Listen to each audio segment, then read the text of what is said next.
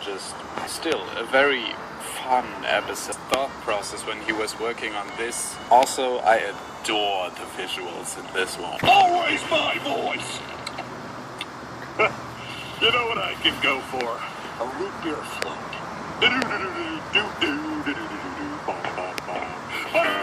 Welcome. Earl doesn't appear in enough episodes. The whiny teen trope works quite well with SpongeBob's equally dim-witted boy to look at. Many people don't know this, but this is actually the English version of the Italian ballad Al ballo italiano, Asino intelligente. The third Mr. Krabs ship is named SS Cheapskate. It's just perfect. All around funny episode. I'm glad they didn't pass off Patrick as a jealous dumbass in the end and went with the... This guy does not look like he could beat someone up. He would be better off just piercing them with his stomach, I think. Why? The book series doesn't count, by the way. Read them and you'll know why. Sigil, you'll be handling Leadership Principles 101. Yeah, of course I will. Is this the best you could come up with for the title? Okay. And buy myself a really expensive astronaut get-up to cosplay as Sandy on Halloween. 16 minutes. This one certainly has the weirdest run, also the perfect amount of patchy.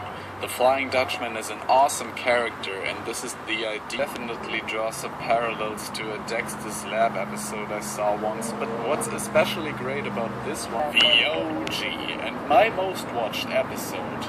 I don't think anyone could have seen the series' success coming from the most iconic musical. This episode managed to change what we think of when we hear the word imagined. Hilarious puns, and so is the ending. This is an episode focused all around him, and of course it's good. What did you expect? It only ripens with its and your age. Yes, I should just make this my #1 pick instead. One day, I'll be rich and famous, and buy myself a really expensive astronaut get-up to... The whole world could come to an end. Okay, we'll do your work. McDonald's back in October! Please get the most surreal episodes for some reason.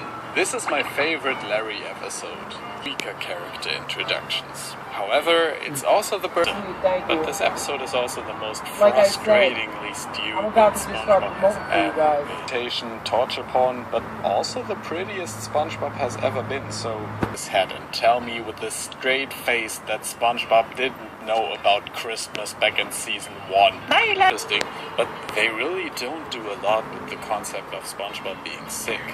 Funny jokes, just not all that rewatchable. See, slowly but surely, you are turning into Bubble Bass. Closed or something.